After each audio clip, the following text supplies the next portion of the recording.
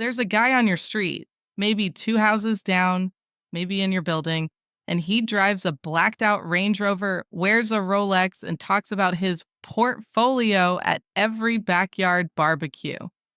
You assume he's doing well, he assumes you assume that. And that assumption is costing him everything. Here's the number nobody wants to say out loud. Federal Reserve data shows the median American family holds less than $8,000 in liquid savings. $8,000. That's roughly 4 months of a $2,000 a month rent payment.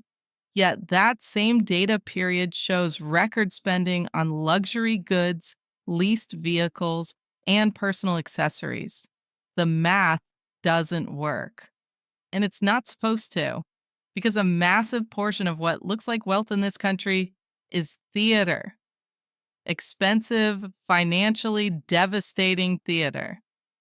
This isn't about judging anyone, it's about pattern recognition, because once you see these signs clearly, you stop being impressed by the performance, and more importantly, you stop accidentally running the same play yourself. The first sign is the car that's slightly too nice for everything else in the picture, not a Ferrari. Those are rare enough to signal either genuine wealth or obvious recklessness. The tell is the mid-tier luxury vehicle, the BMW 3 Series, the entry Audi A4, the base Mercedes C-Class, parked outside a rented apartment, or sitting in the lot of a job that pays $58,000 a year. A base model BMW 3 Series today starts around $43,000. Finance that over 72 months, which is increasingly common, and you're looking at $700 plus a month before insurance, which runs higher on European brands. Add premium fuel, dealer-only maintenance, and the run-flat tire replacements, and you're at $1,100 to $1,300 a month. Picture that as a physical stack, roughly $1,100 bills every single month, handed over for a depreciating asset that will be worth maybe $18,000 in 5 years. On a $58,000 salary, that's 27% of gross income evaporating into something that loses value while you sleep. A financial advisor would call that a disaster. The guy driving it calls it treating himself. The psychology isn't complicated. The car communicates a story before he says a word. People see the badge and fill in the rest. Successful, established, probably knows what he's doing. He's renting that perception for $1,200 a month. The problem is, perception doesn't compound. It just expires and needs to be renewed. That's not wealth. That's lifestyle creep wearing a hood ornament. The second sign is the wardrobe that doesn't match the net worth. And this one is subtler than it sounds. It's not about spending money on clothes. It's about the geometry of the spending. Someone who drops $600 on sneakers and $450 on a belt while carrying $1,800 in total savings isn't celebrating success. They're costuming it. The tell is in what they skip. The fake wealthy person has the visible items dialed in: shoes, watch, bag, jacket, and everything invisible is neglected. No emergency fund, no retirement contributions, minimum payments on 3 cards. But the outfit is immaculate for Thursday dinner. Real wealth has an opposite texture, 1 or 2 things that are genuinely, quietly excellent: a watch bought after years of deliberate saving, shoes that cost $400 but could pass for $150, no logos, no obvious flex. The difference between dressing to impress strangers and dressing because you actually like the thing. Now, before we go further, I want to ask you something directly. Think about your last 3 purchases over $200. Be honest about who each of those was actually for. Not who you told yourself it was for, who it was actually for. Keep that answer in your head. We're coming back to it. The third sign is money talk that only ever happens in future tense. The person who is faking wealth almost never talks about what they've built. They talk about what's about to happen, the deal that's closing, the investment that's setting up perfectly, the business that's 3 months from turning the corner. This isn't always dishonesty. Sometimes they believe it, but the pattern reveals something.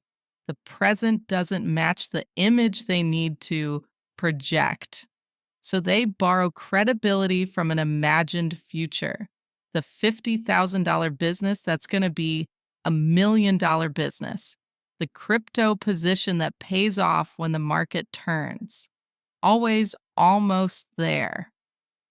Meanwhile, the person sitting quietly across the table hasn't mentioned their finances once all evening and cleared $340,000 last year from something they built in a spare bedroom.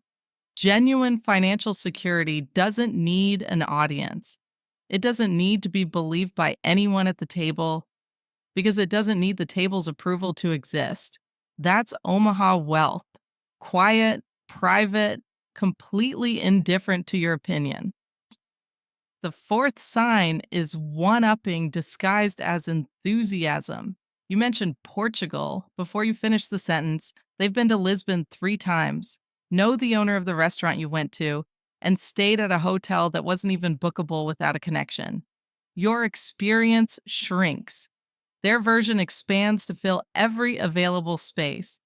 At work, you land a new client and mention it in passing. The one-upper immediately pivots to the bigger client they landed last quarter, the commission, the dinner the CEO bought them to celebrate. Your win disappears into their need to dominate. This reads like confidence. It's the opposite. Someone genuinely secure in their position can sit with another person's good news and feel absolutely nothing threatening about it. They can ask follow-up questions.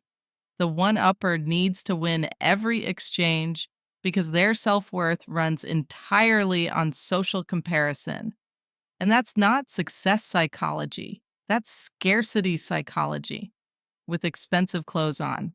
Signs 5 through 10 are where it gets really uncomfortable because most people watching this have done at least one of them, probably more than one. And sign 7 is the one that separates people who actually understand money from people who just look like they do. Most people confuse it with being smart. It's not. The fifth sign is a social media feed that functions as a financial performance, not just influencers, the everyday version. The $200 dinner posted as treating myself every other Friday, while the credit card balance quietly climbs.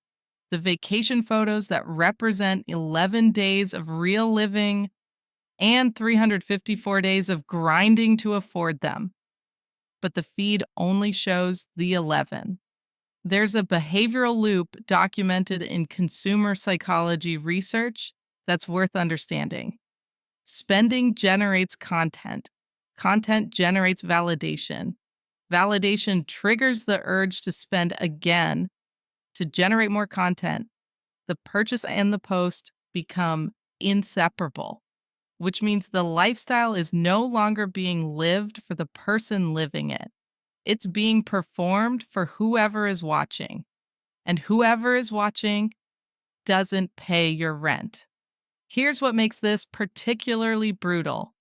The people most impressed by the posts are other people running the exact same play. Two people performing Instagram wealth at each other, each assuming the other has it figured out, both quietly underwater. A closed loop of fake rich validating fake rich. The sixth sign is the upgrade compulsion, the inability to tolerate owning something that's one generation behind. The iPhone drops, and the perfectly functional phone from 14 months ago becomes psychologically unbearable. A coworker moves somewhere nicer, and your apartment suddenly feels wrong. The car lease is up, and the new model is only $80 more per month. $80 more per month sounds manageable, but visualize this across a decade.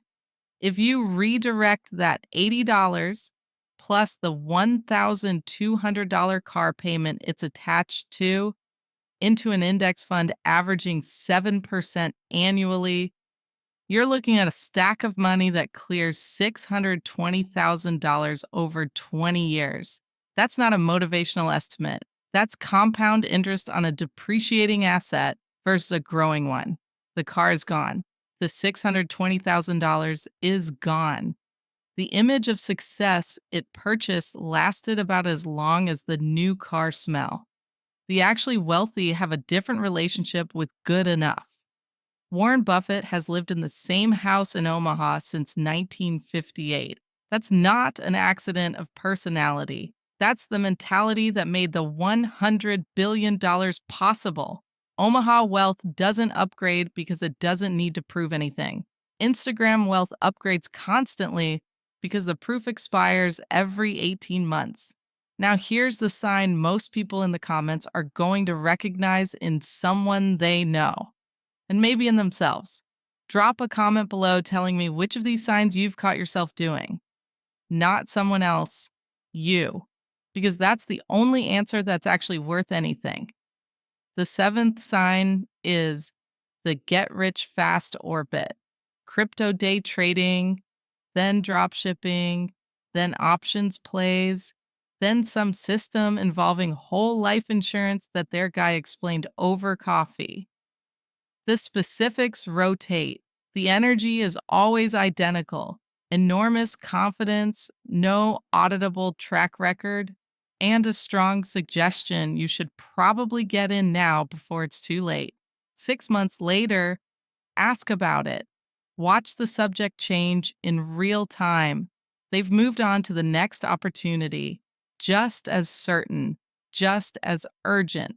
The trail of abandoned ventures never gets acknowledged because admitting failure would crack the identity. So each new thing gets the full launch energy. Actual wealth building is mechanical and boring. Index funds returning 7 to 10% annually over decades, boring. Maxing a 401k every year, boring. Buying a small rental property and managing it with patience, boring.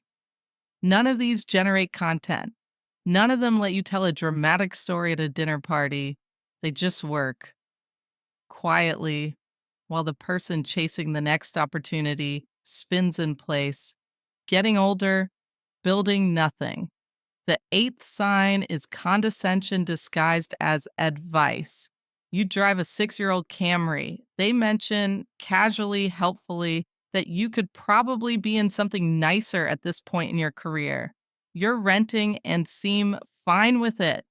They have thoughts about that. You're saving aggressively. They remind you that you only live once, which you notice they always say while spending money and never while paying down debt.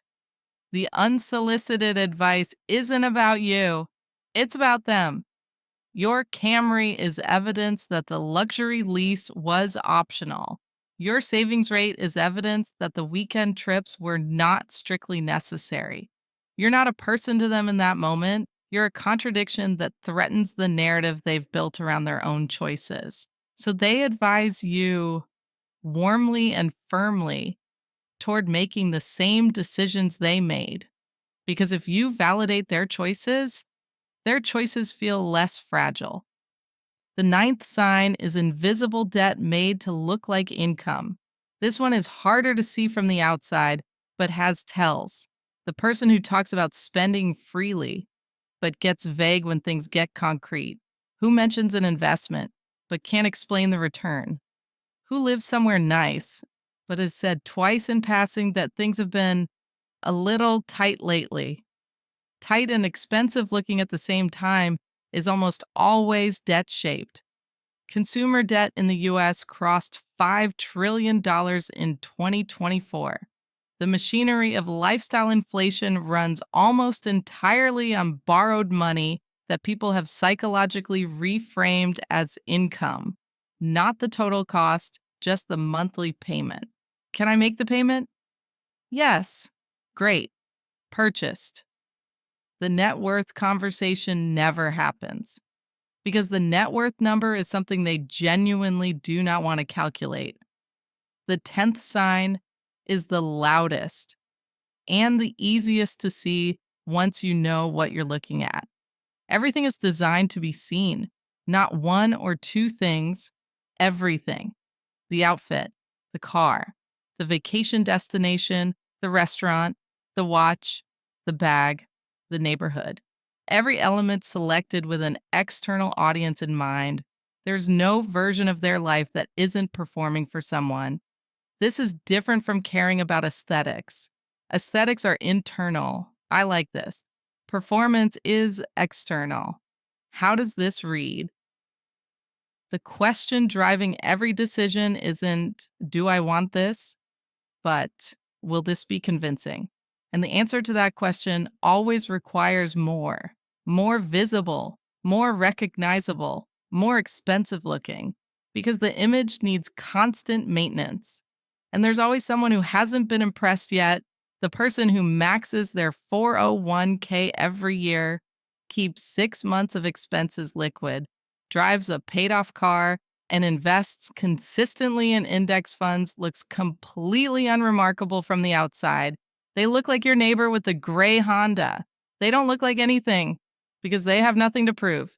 Their financial life isn't a performance. It never needed to be. And here's the uncomfortable math underneath all of this. The entire project of looking wealthy actively prevents you from becoming wealthy. Not because nice things are bad, because every dollar financing the performance is a dollar that never compounds. You cannot do both at scale. At some point, and most people never consciously make this choice, you decide whether your money works for you quietly or works to impress strangers loudly. One of those is a silent kind of freedom. You wake up and the number is bigger than yesterday and nobody knows, and you don't need them to. No monthly payment to maintain the image. No anxiety underneath the performance. Just options. Real ones, not projected ones.